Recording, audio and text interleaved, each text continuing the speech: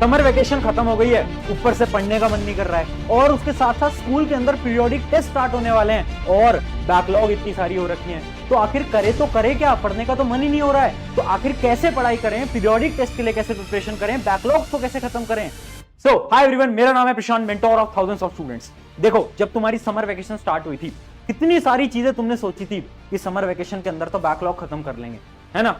इस summer vacation को तो प्रोडक्टिव बनाएंगे, ये करेंगे, वो करेंगे, ये करेंगे। और अब जब खत्म हो गई है तो रियलाइज हो रहा है कि यार इतना सारा टाइम निकल गया है और समर वेकेशन के अंदर तो कुछ करा ही नहीं है। ऊपर से जब से समर वेकेशन खत्म हुई है ना, पढ़ने का मन नहीं हो रहा है ना। जब से खत्म हुई है आपने देखा होगा कि बिल्कुल भी पढ़ने का मन नहीं हो रहा है। उसके साथ साथ स्कूल के अंदर इतनी सारी बैकलॉग हो रखी है, पीरियोडिक टेस्ट आने वाले हैं, इतनी सारी चीजें दिमाग के अंदर चल रही है। हो रहा है ना। सबसे पहली चीज तो देखो, तुमने एक गलती कर दी। जब भी हम एक गलती करते हैं ना, हमारे पास दो ऑप्शन होते हैं। पहला ऑप्शन है रिग्रेट, रोते रहो, बोलते रहो कि यार मैंने अपनी समर वेकेशन खराब कर दी क्योंकि मेरे साथ ये हो गया था, मेरे साथ वो हो गया था, ये हो गया था, वो हो गया था, बोलते रहो। दूसरा ऑप्शन एक होता है कि जो हो गया सो हो गया, आज से मैं क्या कर सकता हूं, कर सकती हूं, उस पर फोकस लगाएं। पहले तो तुम चूज कर लो, रिग्रेट करना है करते रहो, वीडियो बंद करके चले जाओ, कोई फायदा नहीं है।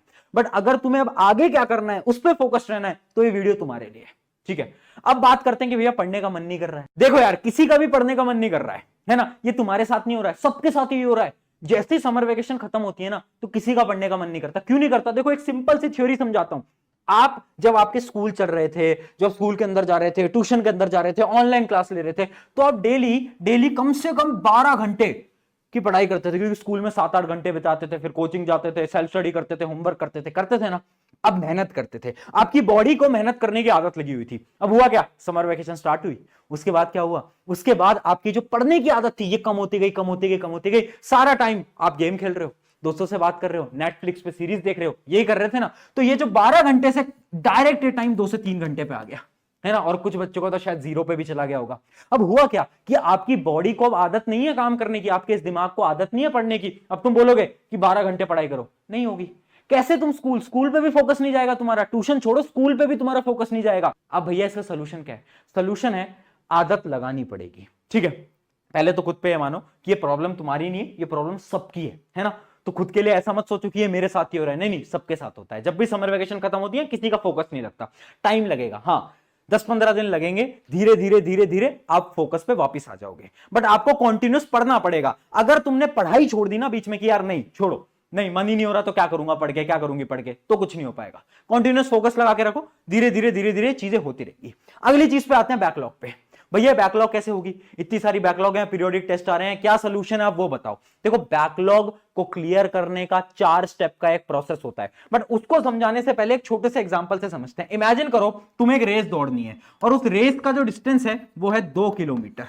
ठीक है, 2 किलोमीटर, और आपको मिले थे 30 मिनट। बट हुआ क्या कि जो शुरू के 15 मिनट थे ना, उसमें आपने नींद ले ली, आपने आलस कर लिया, आपने बोला कि यार मन नहीं कर रहा, ये काम कभी और करेंगे, आज नहीं दौड़ते, 15 मिनट बाद दौड़ेंगे। आप ऐसा सोचने लग गए, है ना। आपके दिमाग ने आपको एक चक्रव्यूह के अंदर फंसा दिया। अब आपने बोला ठीक है यार, 15 मिनट बाद दौड़ेंगे, क्या करेंगे। तो आपने अपने 15 मिनट खराब कर दिए। अब आपकी नींद खुली और अब आया कि यार 2 किलोमीटर दौड़ना है, 15 मिनट बचे हैं, क्या करोगे, क्या सोल्यूशन है।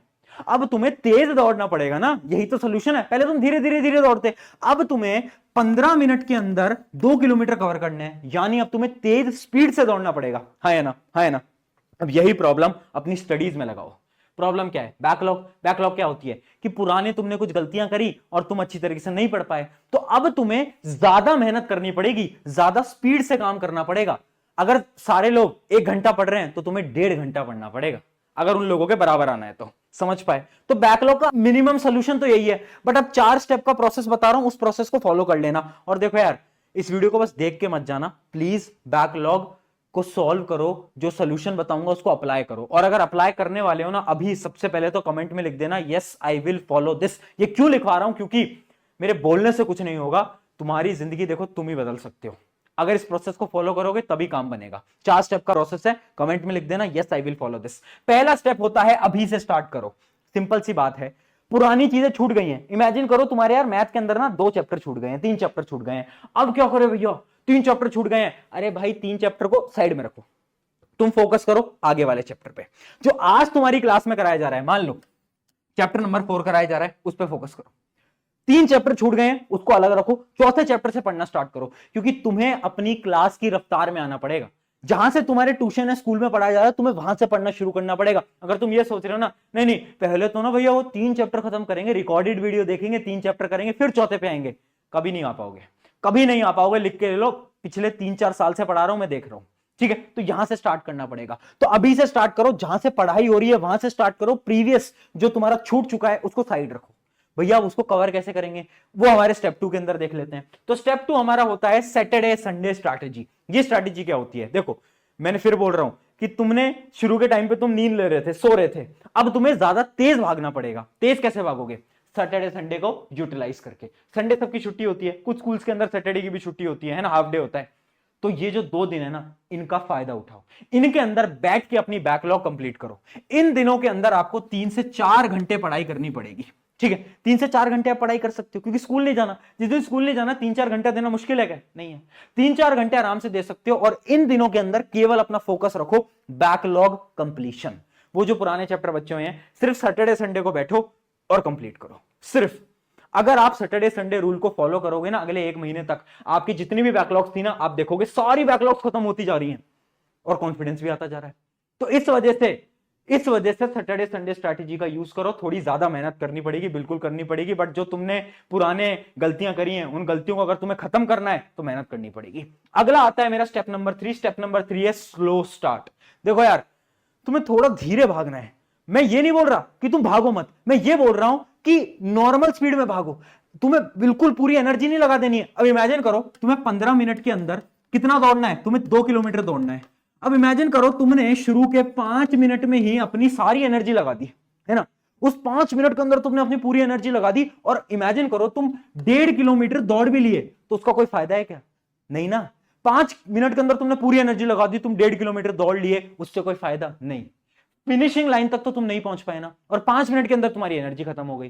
सेम गलती तुम्हें अपनी पढ़ाई में नहीं करनी है। हम क्या करते हैं ना, मोटिवेटेड होकर हम पूरी एनर्जी लगाने की कोशिश करते हैं। हम सोचते हैं कि यार अभी से ऐसा टाइम टेबल बनाएंगे, एक ऐसा टाइम टेबल जो कि बहुत खतरनाक होगा, एक ऐसा टाइम टेबल जिसमें कि मैं 10 घंटे पढ़ाई करूंगा, है ना। सोच रहे हो ना, सैटरडे को तो 12 घंटे पढ़ाई कर जाऊंगा मैं तो, सोच रहे हो ना।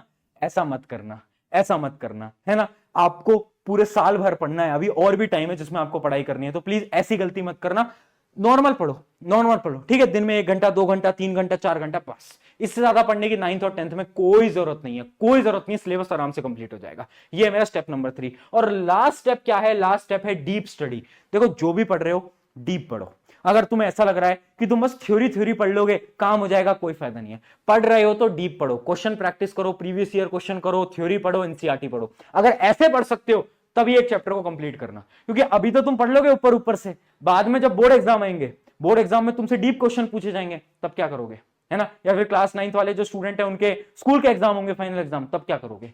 तो इस वजह से अभी से ही डीप स्टडी करनी है ना। तेज भागने के चक्कर में ये मत सोचना कि ऊपर से पढ़ लेते हैं, नहीं, वो नहीं करना है, ठीक है। ये 4 जो स्टेप्स हैं इनको अप्लाई करो, और मैं होप करता हूं कि इन 4 जो स्टेप्स हैं इनसे आपकी बहुत मदद होगी। और कमेंट करना मत भूलना, क्योंकि इन बैकलॉग की समस्या को हमें अपने जीवन से खत्म करना है। और याद रखना, अगर अगले 1 महीने तुमने लग के काम करा, बैकलॉग्स को खत्म करा, तो तुम्हारी आगे की जो जर्नी है बहुत अच्छी जाएगी। बट अगर तुमने 1 महीना और मजे कर लिए, तो इतनी बैकलॉग बन जाएंगी कि पूरे साल भर तुम बैकलॉग कंप्लीट नहीं कर पाओगे। बहुत बड़ी रियलिटी है, किसी भी सीनियर से पूछ लेना, ठीक है। तो बैकलॉग को कंप्लीट करो ऑन दिस नोट। क्योंकि एवरीवन, मेरा नाम है विशाल मित्तल। नेक्स्ट वीडियो के अंदर टेक केयर।